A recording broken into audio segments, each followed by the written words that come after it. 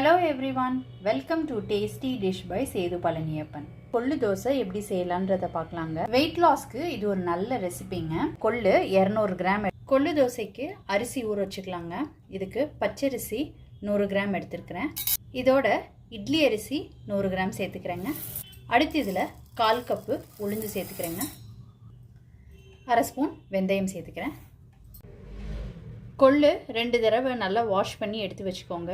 அரிசி உளுந்து அதை தனியாக வாஷ் பண்ணிக்கோங்க. ஊற வைக்கும்போது இது எல்லாத்தையும் ஒன்றா சேர்த்துட்டு 8 மணி நேரத்துக்கு ஊற வச்சு எடுத்துக்கலாங்க. ரெண்டையும் தனித்தனியாக கழுவி எடுத்தாச்சுங்க. இப்போ ஒன்றா சேர்த்து போட்டு ஊற வச்சுக்கலாம். இப்போ நல்ல தண்ணி விட்டு 6லேருந்து 8 மணி நேரத்துக்கு ஊற வச்சு எடுத்துக்கலாங்க. கொள்ளு அரிசி உளுந்து வெந்தயம் ஊற வச்சுருந்தது நல்லா ஊறிடுச்சுங்க. இப்போ தண்ணியை வடிச்சிட்டு அதுக்கப்புறமாட்டி ஜாரில் சேர்த்துக்கலாம்.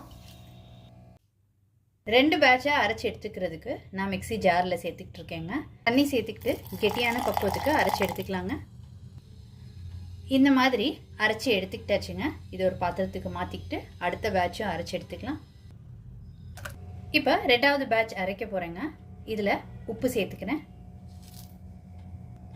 தண்ணி சேர்த்துக்கிறேன். இதை அரைச்சி எடுத்துக்கலாம் கெட்டியாக. 2வது பேட்ச் அரைச்சதையும் இதோடு சேர்த்து கலந்து விட்டுக்கலாங்க. கை போட்டு நல்லா கரைச்சிக்கலாங்க. 2வது பேட்சில் உப்பு சேர்த்துருக்கிறதுனால நல்லா கலந்து விட்டுக்கோங்க. எல்லாத்தையும் ஒன்று சேர்த்து நல்லா கரைச்சி எடுத்துக்கிட்டாச்சுங்க. இப்போ புளிக்க வச்சுக்கலாம். 4லேருந்து 6 மணி நேரத்துக்கு புளிக்க வச்சு எடுத்துக்கலாங்க. மாவு வந்து நல்லா புளிச்சிருச்சு. புளிச்சிருக்கிற மாவை நான் 2 பகுதியாக பிரித்து எடுத்துக்கிட்டு இருக்கேங்க. நான் இப்போ தோசை செஞ்சு காமிக்க போகிறேங்க. இந்த மாவில் தேவையான அளவு தண்ணி சேர்த்து தோசை மாவு பக்கத்துக்கு கரைச்சிக்கலாம்.